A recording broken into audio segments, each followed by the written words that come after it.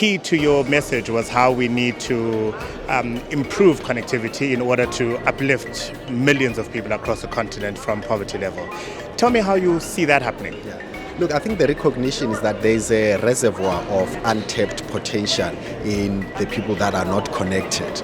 So from my perspective as the minister here locally, the obsession that I have is how do I get the 15 million South Africans who are not connected to be digitally active, and from being digitally active to empower them with the skills to be able to be strong players in this economy.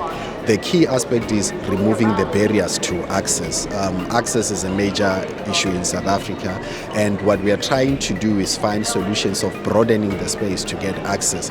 Broadband connectivity is not going to get to every home or get to every individual in the country because of its own limitations. So you would have noticed that in the past couple of weeks we are talking about introducing a policy directive that we have tabled before the regulator to say, can you also provide clarity on the issue of equity equivalent programs in the ICT sector, so that we can open up the space for those investment for multinationals that might not meet the local ownership requirements, but that are willing to comply with the other provisions of being key players in here. The most important thing about that debate is market competition, right? And giving the user or the potential internet user freedom of choice.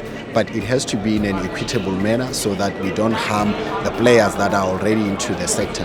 The second thing is around devices. Smart devices, the cost of smart devices is exorbitantly high. And here it's because they are classified as luxury items. They carry ad valorem taxes that, quite frankly, in this day and age, having a smart device is a basic tool of communication. And because the world has evolved, I think also our taxation era needs to evolve to be able to say that if the South African government from the 6th administration has said that we need to get South Africa to 100% internet connectivity, and we have already identified that the cost of devices are one of those barriers, let's speak about either, because the taxman is never going to be willing to say, I'm stopping collecting from all these revenues. Let's look at reclassification as a first step. And then you can have different categories that classify what would be a luxury item. But the reality is that Africa in this day and age, we all want to connect through one means or the other. And smartphones, because of mobile internet penetration, is the most basic instrument of doing that. So that is some of the things that we are doing advocacy within government to do that, and we've been very encouraged by how Treasury has been receptive to the idea. We just need to now table a much more thorough and evidence-based study in terms of what the economic benefits would be, and we believe that those would be immense and will basically trickle back into the taxpayer, into the tax collectors' revenue streams. So what sort of decisions are you hoping will be made here this week that will help realize that? Look, I think what we need, particularly from government's perspective, is much more stronger efforts from the telcos in terms of contribution towards reducing the cost of communication.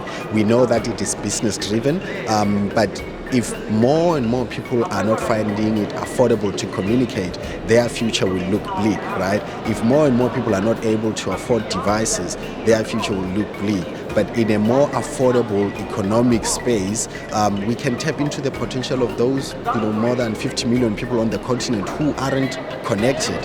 And it's not like those people do not want to be active, but they have a choice between a smart device, data, or putting food on the table. So we gotta make it compatible for them in order to tap into that reservoir of talent and potential that I think we are missing out, because currently those that are active in the digital space are outliers. They might not necessarily represent the widespread of talent, the widespread of innovation that lies in there, and governments must be intentional in removing those barriers. And I think for telcos and for policymakers and for entrepreneurs, it's about finding low-cost solutions that will be able to unlock that talent, because the cost of living across the continent is a major issue, and it's not going to get any better, if you look at projections of what's going to happen in the next few years. So we have to find solutions that do not limit people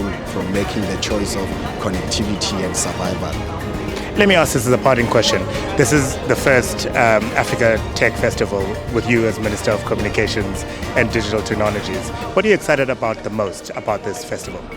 What I'm excited the most is like the cutting edge solutions that will come out of here and the spirit of collaboration. I think what's important is that government needs to listen more, because I think, quite frankly, the solutions exist within the sector.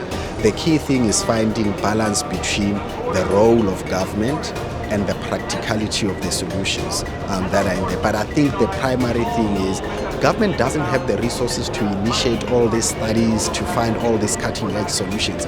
They exist.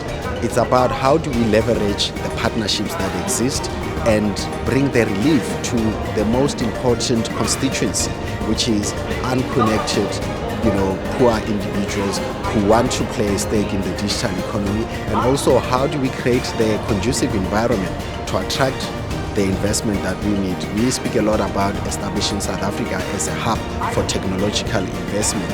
How do we constantly find solutions to make it easier to do business here in South Africa, so that we can retain those investments that we know are key towards the GDP growth and the economic growth of the country?